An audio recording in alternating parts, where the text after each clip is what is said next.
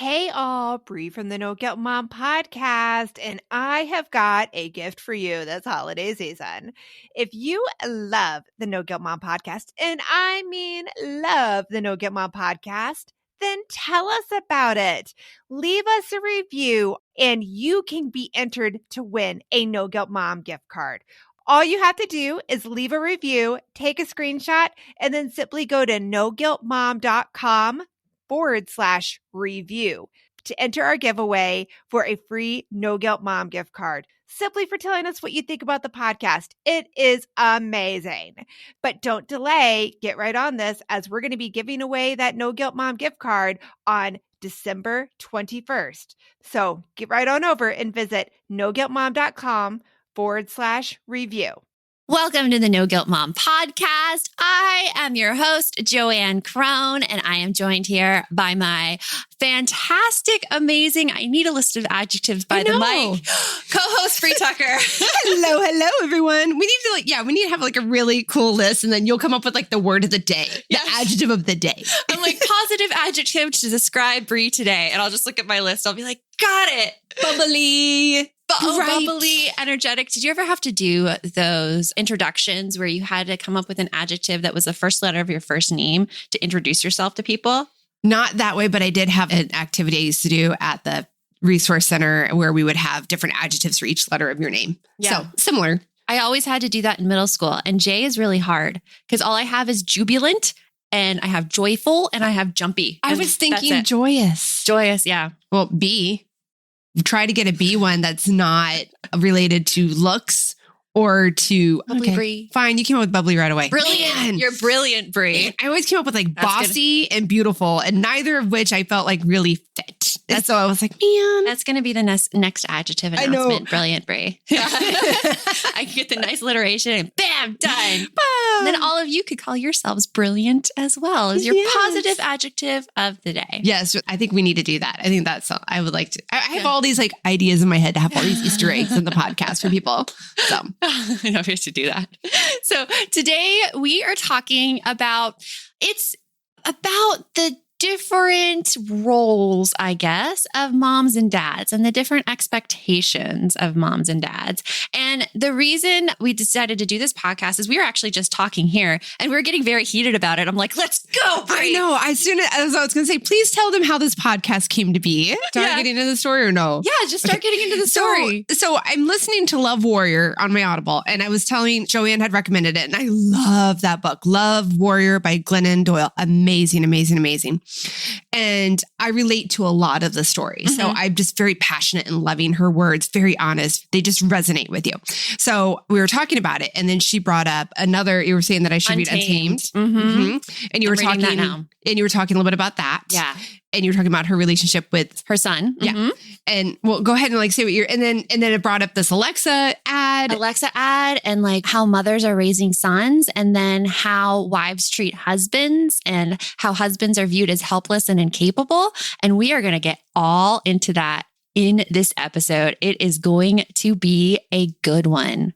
So this episode is sponsored by the Dot Planning System for middle schoolers. And this is such a phenomenal thing because, Bree, how many times have your kids gotten a planner at school and then it's just empty? They have no idea how to use it. This year, even every year that they get a planner. And I even was looking through it this year and I'm like, oh, they actually have a pretty decent planner.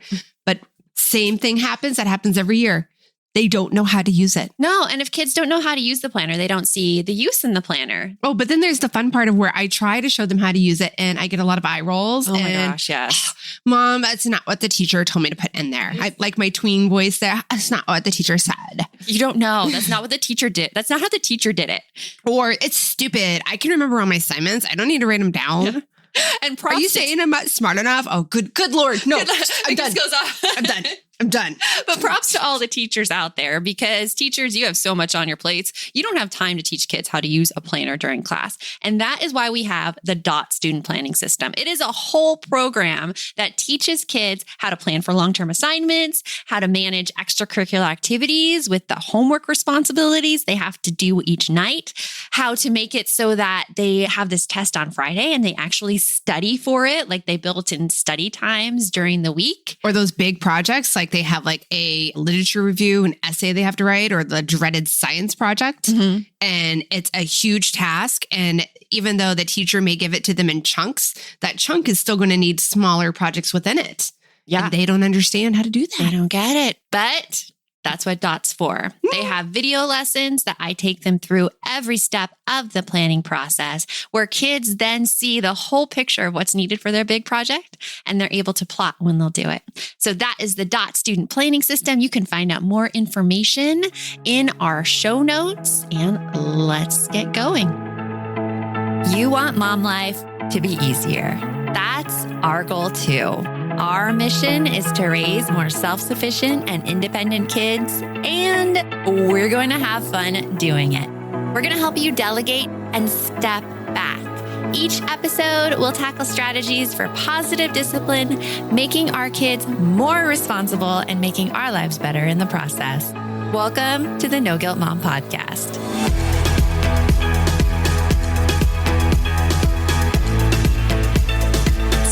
This morning, Bree came into our office and I'm like, Bree, I was reading this very interesting thing last night. And it was about Untamed. If you heard the book Untamed by Glennon Doyle, it is a phenomenal book. I am halfway through. But last night, the passage in particular brought up this Alexa. It was actually an Echo Dot commercial that happened. It was probably a year ago this commercial was on, but it's meant to be very heartwarming and wonderful. It's about two new parents and they have a little baby, and the mom kisses both of them goodbye and goes off to work. And then dad is left in charge with the baby. And of course, they show it as hard. Babies are just hard. But then Alexa Echo Dot comes on and it says, Laura wanted to remind you that the baby teether is in the freezer. And so dad rushes to get the baby teether, gets it out of the freezer. Baby's crying. Dad's bouncing baby. Then it says, Laura scheduled a play date for 3 p.m. So dad runs out of the house in the rain with the baby, comes back. It's all sopping wet and just exhausted. And at the end it says, Laura wanted to remind you that she loves you and you're doing a great job. And he hugs his baby and he smiles. And he hugs his baby and he smiles. This commercial is supposed to give you warm fuzzies. And it's supposed to, I feel, say, oh, yes, dads, you could do it too.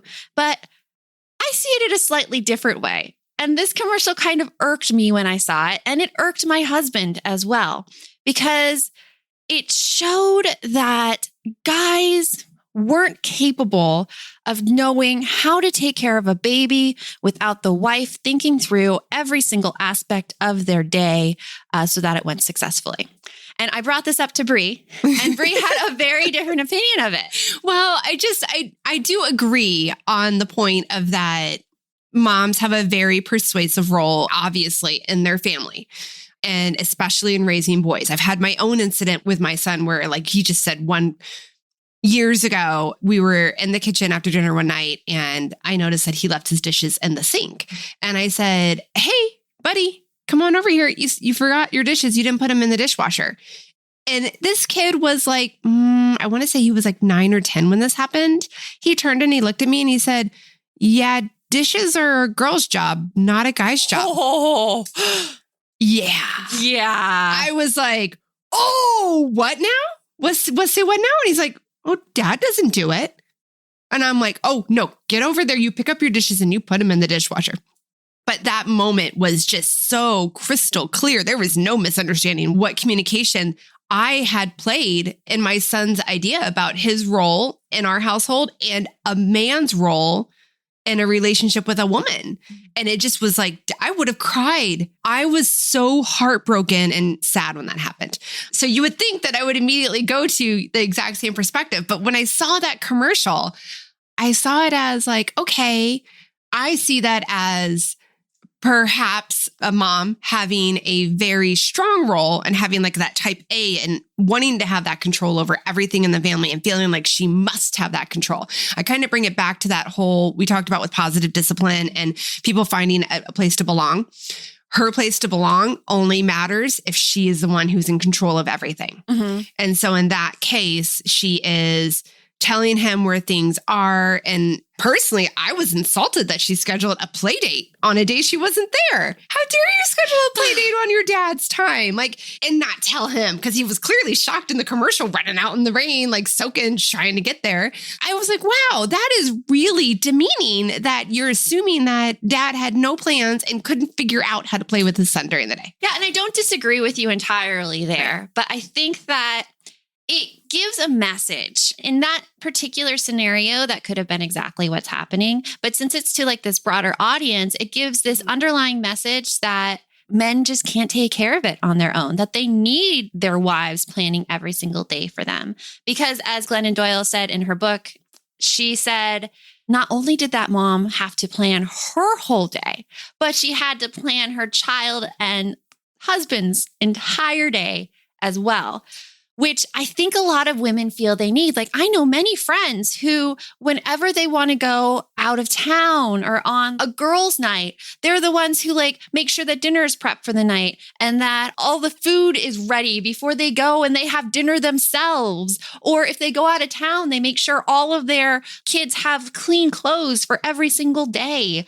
And they bring that all on themselves. And I don't think it's partially a matter of control, but it's also, I think, a matter of like women feel they need to do that because that's what society puts on them. We're hitting that time of year where my brain gets so overloaded in December that I look for anything to make life easier. And I have to say, Brie, that Green Chef is one of those services. Yes, Green Chef is there to take away the dreaded, oh my goodness, what are we going to eat for dinner tonight? You can eat clean all holiday long with over 80 weekly meal options each week, featuring things like quick and easy, protein-packed, calorie-smart, or my personal favorite, the keto options. And you don't have to lose track of healthy eating habits during the holidays because every Green Chef customer gets a free session with one of their registered dietitians who can walk you through how to make clean eating work for you, which is very cool. And I have to say that I have been loving their recipes lately. They put things together I have never thought of. This week, we're trying the lemon basil caper pork with sauteed cauliflower, bell peppers, almonds, and feta cheese, my favorite. Their recipes make it so easy to support my wellness goals without skipping on flavor. For Green Chef's best deal of the year, get $250 off with code NGM250 at greenchef.com/NGM250. That's greenchef.com/NGM250. And don't forget to use that code NGM250 to get $250 off. Green Chef, the #1 meal kit for eating well. My son is playing a game right now on his computer where he's a thief and the cops are after him. So I'm so excited about this new app, Give As We Grow, where instead of being the quote unquote bad guys, kids are practicing giving back. That is so cool, Joanne. I really wish that there was something like this when my kids were younger that got them excited about giving back to others and helped them build a better understanding of what it really means to volunteer. Give As We Grow is the first of its kind free educational mobile app for children ages 8 to 11 that teaches kids via fun, service-focused minigame quests to tap into their unique talents and interests to help others. And did you know that studies show that there is a biological connection between generosity and happiness, and that volunteering improves people's physical and mental health? I mean, kids who volunteer typically do better in school and are less likely to engage in risky behaviors. And that is something that I think we all want for our kids. Ready to spark a new movement in generosity? Find and download Give As We Grow for free in the App Store for Android and iOS. And for resources for the whole family, visit giveaswegrow.org. And you know what? I do agree with that. I do think that our society, our American society especially, puts a lot of that role of having to be the caretaker of the whole family, the one who's in control of everything. I mean, seriously, when's the last time you saw a dad's busy day calendar for the year? Yeah, they never. No, they're called mom's busy day calendars or mom's planner. You know, Yeah. they don't have dad ones. No. Why is that? No, because women are expected to take care of the home. Maintain everything. Yeah. And one thing that was brought up, I'm bringing it back to Untamed. I love that book so much. Glennon Doyle, if you're listening, Doyle. we would love to have you on. Oh my goodness. She talks about her son, and she said her son, Chase, who is a teenager, he is a student athlete. So he had to wake up really, really early. He took very high level classes. So he had to work into the night so that anytime he had work to do or was stressed, she'd be like, oh, don't worry about the dishes tonight. Go upstairs and do your work. And it was when her wife, Abby, mentioned to her one night, she's like, I know you do this out of caring for him, but he's taking advantage of it. And she sat there and she just stared at the ceiling and she's like, oh my gosh, you're totally right. He's taking advantage of it.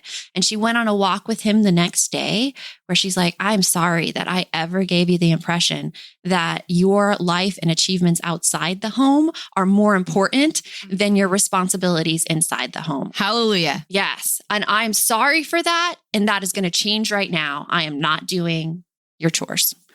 And that was just an eye-opening moment to me because this very morning, my son was stressing out about doing his homework. And what do I usually do? I volunteer to feed the dogs when he's stressing out so he can do his homework. And this morning, I'm like, wait a minute. I'm doing the exact same thing. I am telling him that his homework and his school is more important than his responsibilities to this family. And so I told him, I'm like, you have a responsibility to this family as much as you have a responsibility to school. You need to feed the dogs as well. And I left it at that. And he fed the dogs. It was all good. Yeah, no meltdown, no nothing. No meltdown, no nothing. But it kind of goes back to how we are raising boys. Mm-hmm. And we tend to do this to girls too. I will give my daughter some leeway on her chores if she has homework and dance or whatever. But we're raising them to say that their achievements outside are more important than their achievements inside. And it creates this helplessness when it comes to home duties and responsibilities. Right. And I think it's interesting having both a boy and a girl. Like you kind of get to see your own bias and like what you may be doing differently with each of them. But I 100% do agree that there is too much. So coming back to the no guilt mom mindset, we have our 6 mindsets and we were talking about which one does this kind of relate to? Definitely showing love for my family doesn't mean I need to do everything because that is a message that we hear as moms all the time. If you don't make that perfect Lunchable with the star cut fruit and the hand rolled sushi for your kids, then you're not good enough. Yeah. If you're not willing to drop everything to take your child to extracurriculars that they are passionate and excited about, then you're not doing it right. Like there's just so many things so I do agree with that for sure. But I do feel like that there is something to be said about those moms that may be like me. Like I know that even I'm a type A, but I'm a weird type A. Like, can we agree to that? Like, well, I'm not so organized, right? Like you've seen my workspace. It is not like pencil here, pen there. You do have spreadsheets though, which I'm like mind blown because spreadsheets don't work in my brain. And they're color coded. And they're okay. So you can't like. I do like myself a good spreadsheet with color coding. I do like that. But I blame that on the visual part of me. I'm a visual learner. But anyway, I like to have things planned out. I like to know exactly what is happening on a regular basis, what's scheduled for now, an hour from now, 2 hours from now. I like to have my calendar set up. So with that being said, I have been called by many people a tad bit controlling of my family. I mean, that is something that anyone who has interacted with me and my family is like, my mom says it to me all the time with love. My ex would say it. My ex-in-laws would say it. But Miguel's been nice. Hasn't said anything about it yet. He just like hugs me when I start to get really stressed out and just is constantly like, I will do this for you. Please just let me do this for you. Because I constantly take on too much and then I get frazzled because I can't do it all. And then I get upset. And that sounds familiar. I do that. Right? Yes. How many moms give us like a heck yeah at home listening to this or wherever you are that like, yes, I put all these, and it's not always just you. Like, again, other individuals or families, members of the family or society, other people you know, put all these ideas that you need to get all these things done. Yeah. And then you think, okay, I have to get them all done. And then you have your breakdown. Like mine's a couple times a week. Yeah. Breakdown. You know, that's what we see. That's what we see other people doing. And honestly, I would have continued down that path if my husband did not step in and be like, What do you need? Like, I got this. Right. Like, I would have just gone off and like been so stressed out and tried to do everything if my husband wasn't the one who was like, hey, like, what do you need? And something about that is completely off. Like, my husband's a wonderful, wonderful man. So wonderful. And I'm so, so grateful. We love you, Josh. But why am I thinking I need to do everything by myself? Why am I not asking for help? Because our society gives us that idea. Yeah. Mom's busy day planner. Yes. Exactly. It is our job to maintain it all. And like, honestly, that's been the hardest part that I've had with my relationship. And whenever, Miguel's trying to help me out with things is being offered for help. Like, Yes. Yeah, I'm going to talk about the other day. So yesterday, actually, no, this happened Tuesday night. So Wednesdays are half days at my kids' school. Mm-hmm. Just started this year. We've never had them before. Lovely COVID. Anyway, on Tuesday, I was getting things ready, trying to plan for the next day. And just out of nowhere, he says, how about I take the kids to school tomorrow? And I was picking things up in the living room. So I wasn't even looking at him. And I'm like, oh, why? And he goes, well, that way I'll know where to go to pick them up. And I turned and looked at him and I went, well, okay, I guess. And he's like, yeah. And he goes, because tomorrow's a half day, right? So I'll pick them up when they get out at 11:50 because you're trying to work. And I know you have to leave work, go pick up the kids, bring them back to work over at Joanne so that you at the office so you guys can get stuff done. And I almost started crying. I just stared at him for a minute and didn't say anything. And he's like, is that okay? His eyes got real big. And I just almost started crying because outside of my mom, I've never had anybody ever offer to help me like that. And that's your ex as well. Like, you were doing everything. Oh yeah, no, there was definitely no offers there. And again, it's all about how that perception is. Like, I would imagine that my ex would say, well, Bree handled it all. Why should I step in and do it? Right. Mm-hmm.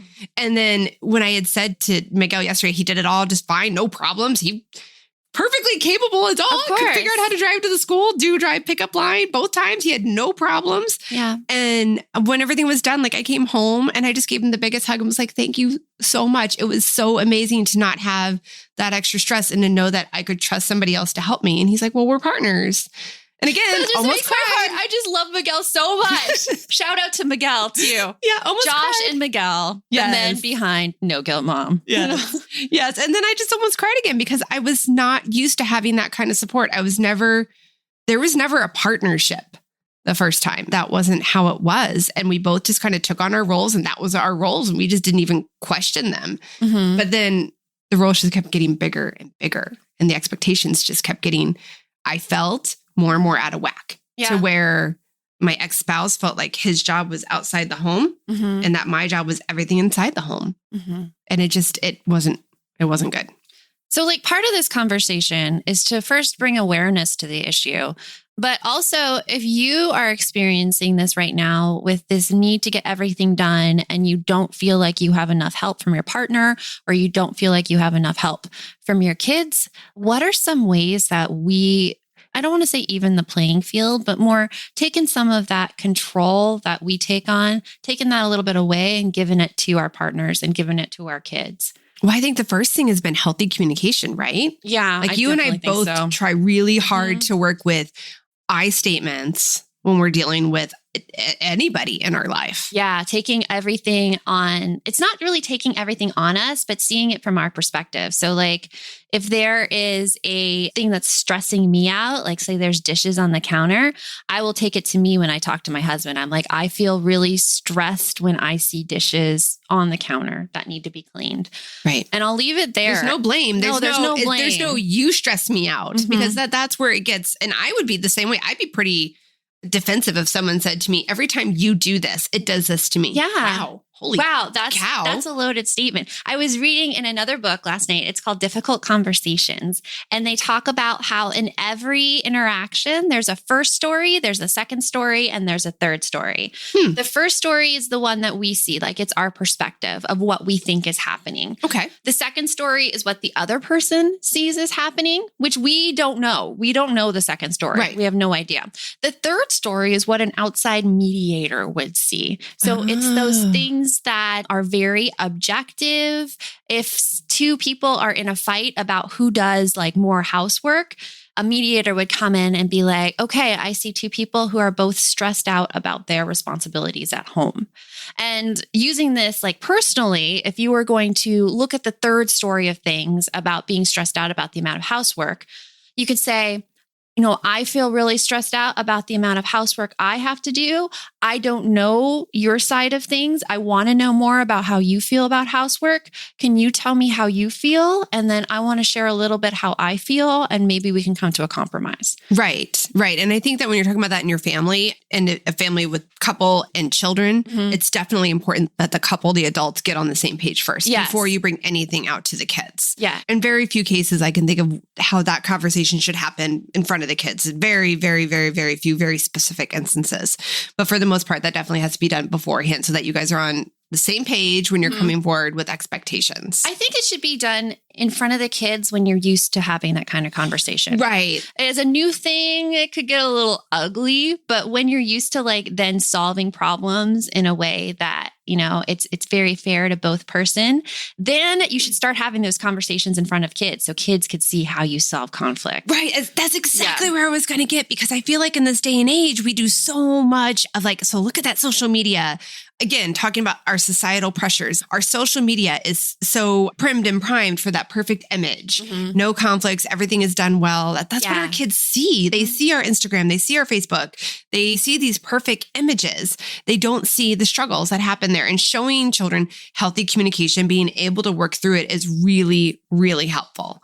It lets them have realistic expectations of life, because life is full of struggles and that you're going to have to work through conflict, healthy conflict, hopefully more so than destructive conflict, but it's going to happen. I mean, I used to believe that any conflict in a relationship meant that those two people weren't compatible with each other. That's what I used to believe when I was younger. Yeah. Straight up. Well, because that's what TV and I'm going to say Disney taught us. That's what they taught us. Yeah. You find your prince and then everything's perfect. They're maybe you guys just aren't right for each other if you're having conflict. But that's total BS. It's total BS. No. If you have your own individual personalities and identities outside of one another, there is going to be some degree of conflict. I just had a friend I ran into the other day. I hadn't seen her in a few months, and we both recently just started living with our partners. And I mean, recently, within the last year. And we were talking about that and how we were talking about conflicts and what degree of conflicts we were having with this new adjustment, having been single moms and then now having somebody living there. And she said something like, I think if you don't have conflict, that's a big red flag that you're not vested in each other and that you don't, see each other as individuals. And I'm like, yeah, that's a really good point there. And conflict isn't all out fighting. That's not conflict. Because again, there's healthy conflict and there's unhealthy, or what I like to call destructive conflict. Hey, all, Bree here, and I wanted to share one of my favorite gifts to give during the holiday season, a Storyworth book. It is the most amazing gift ever. Storyworth is an online service that lets you create a special and unique gift of someone's story. I've given Storyworth books to both of my parents, and it has been their favorite gift, hands down. And did I mention it is so easy? Storyworth emailed my parents questions every week that I handpicked from their massive list of questions that they have. All my parents had to do was open their email and answer them. That easy. I asked my dad questions like, did you have any rules that you set for yourself as a parent, which you immediately broke? And he did. I even asked both of my parents, are you more like your mom or your dad? And they shared a lot of really amazing qualities that I didn't know about my grandparents at the time. Then at the end of the year, Storyworth compiles all of their answers, puts them into this gorgeous book that covers everything. My parents love showing us their books, and I personally love getting a chance to read them. With Storyworth, I am giving those I love a thoughtful and personal gift from the heart that preserves their memories and stories for years to come. Go to storyworth.com/NGM and save $10 on your first purchase. That's storyworth.com/NGM to save $10 on your first purchase. This message is sponsored by Greenlight. It is so hard to raise kids who know how to manage money. Bree, right now, my kids are all about earning money for presents. My daughter wants to get presents for all of her friends, and my son is doing a Secret Santa with his friends. Oh, I hear you. And if you're looking to raise kids that are financially responsible, we have got a lifesaver recommendation for you that you need to check out. It is Greenlight. Greenlight is a debit card and money app made for families that gives kids and teens an easy and fun way to gain financial literacy, all while giving parents peace of mind. You can send instant money transfers, automate allowance, and even keep an eye on kids' spending with real-time notifications. Meanwhile, your kids can begin their journey towards financial autonomy by learning how to save, invest, and spend wisely. So sign up for Greenlight today and get your first month free when you go to greenlight.com/NGM. That's greenlight.com/NGM to try Greenlight for free. Greenlight.com/NGM. Conflict is that little urge that you're like, oh, something's not right. And it's so funny because Josh always tells me it's so easy to communicate with me because I wear all of my emotions right on my face. Like, and I can't hide them. I can't lie. No, I'm terrible. Do not ever take me to a poker tournament with you. We will lose. We will lose so bad. Because I'll be like, we're having a good hand. Yeah, I can't do it either. I can't hide it. And so he'll know immediately. He's like, okay, what's wrong? And I'm like, nothing's wrong. And I won't make eye contact. He's like, nope. Something's wrong. But you know what? I love that he cares enough to find out. Like, because there's plenty of situations where people are like, oh, you said nothing, so I'm going to roll with nothing. Don't care enough to find out more. Mm-hmm. Right? Well, then I go in the same thing because the way he deals with emotions is if he's upset about something, he will tell me if he's upset about something, but usually he's just like tired or hungry. He brings up it, and it's true. That's me. I get hangry. Something awful. Yeah. And he brings up, there's one ad about, I can't even remember it. And Josh, you're going to be listening to this. You'll be like, yeah, it's that motorcycle ad. The one where the woman's like, oh my gosh, what is he thinking? What does he think right now? Like thinking everything the guy is thinking. And then you go to the guy's thoughts and he's like, I wonder if I have that part from a motorcycle. Like, it's nothing. Is it like a meme?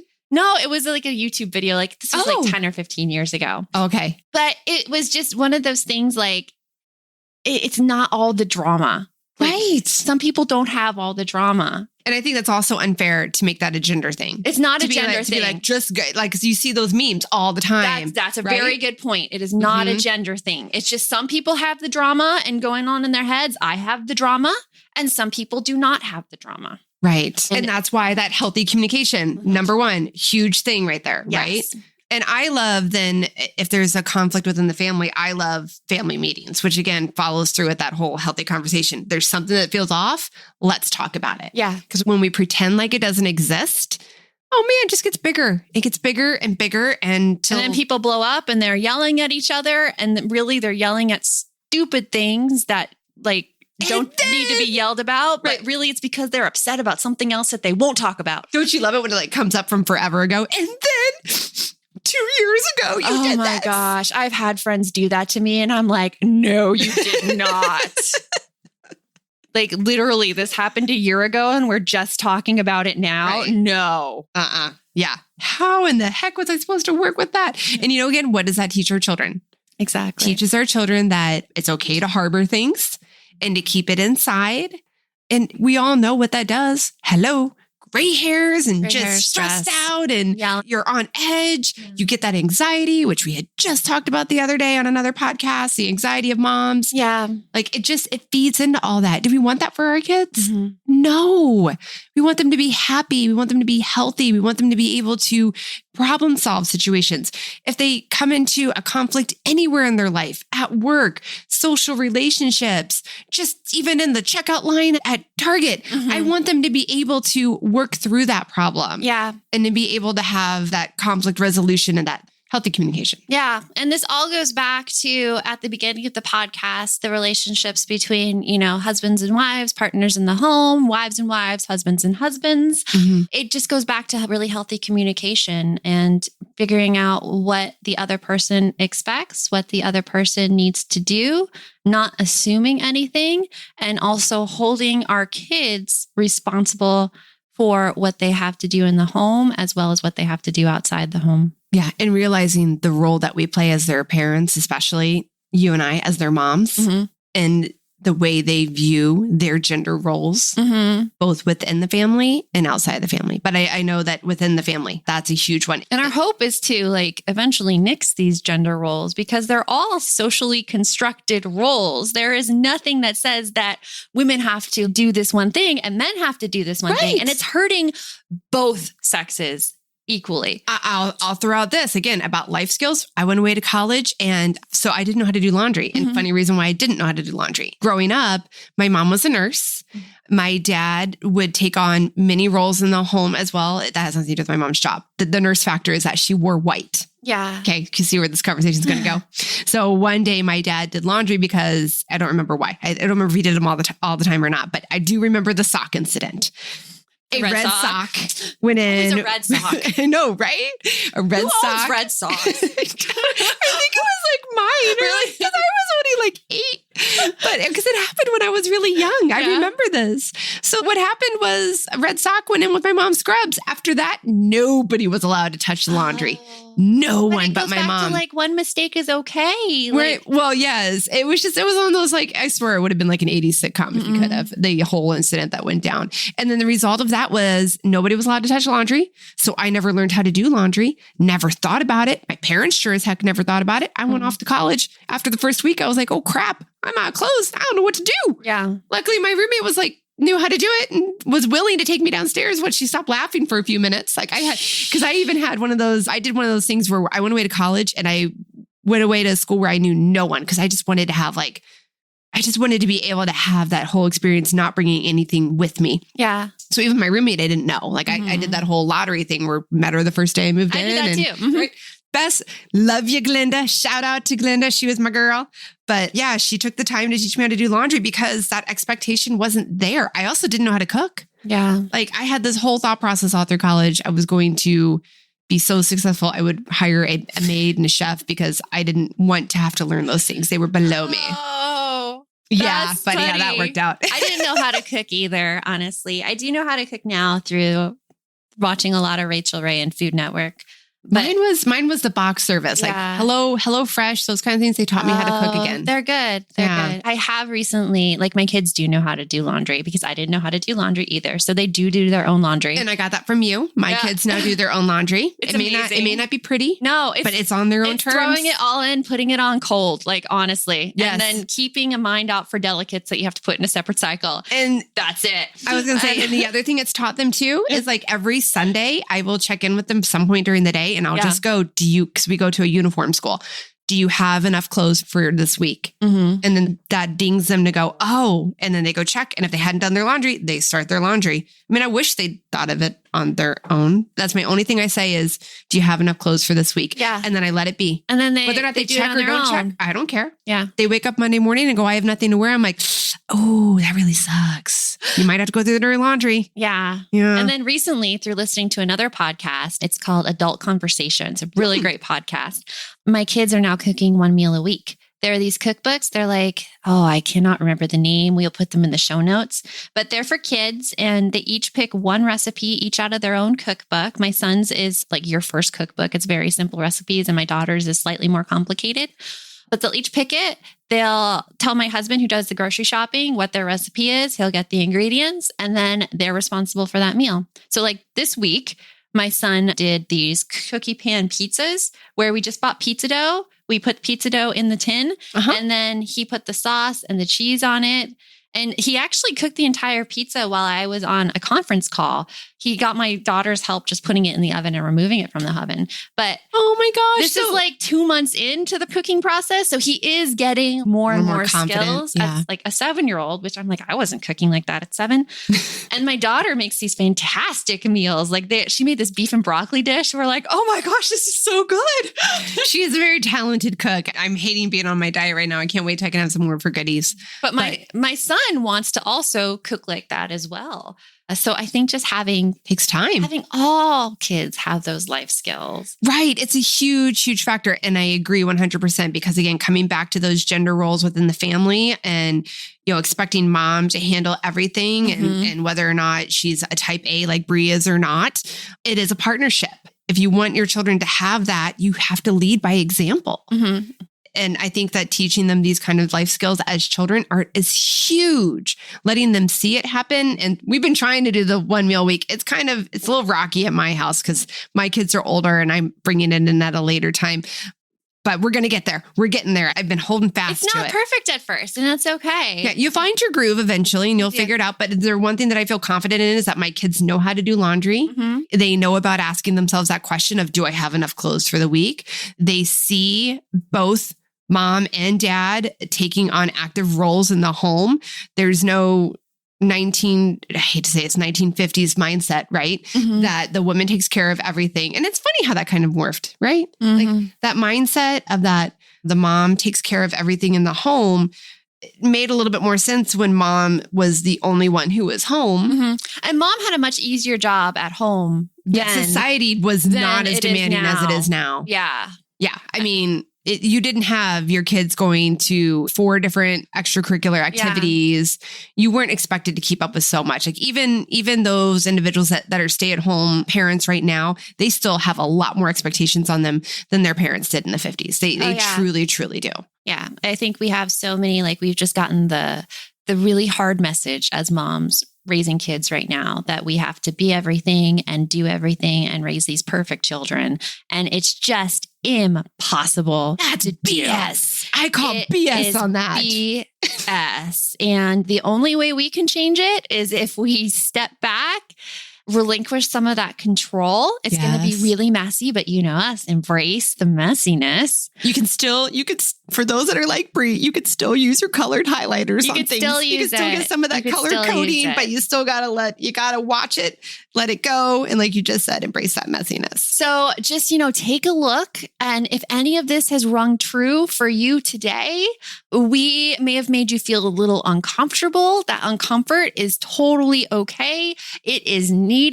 Being uncomfortable is the first step to change and figuring out exactly what you want and what you want to change. Nothing easy ever comes. So nothing good ever comes from. Nothing good ever comes from easy. I don't know. Yeah. It means we need to wrap it up now. If we have no words. Yes. So if you have not yet subscribed to the No Guilt Mom podcast, please hit that subscribe button and then rate us and review us. We would love if you feel we're deserving a 5-star rating from you. And if you could take a few moments and just write a few sentences in a review about the podcast so that other people can find it as well. We would so appreciate it and be grateful. We're going to highlight one of those reviews right now. It is from Phoenician South and it says, Practical Parenting Podcast. I very much enjoyed listening to the podcast. Number 1, practical, but still based on best practices. Number 2, easy listen. Number 3, relatable to current times. Keep up the great work. Episode 7 was much needed. Yes, let's talk about anxiety and depression. Thank you for both for bringing this topic to the forefront. Keep up the great work. Oh, It's so nice. I love these virtual hugs. I just love reading. I love reading the reviews so much. Yes. So remember, the best mom is a happy mom. Take care of you, and we will see you next time. Thanks so much.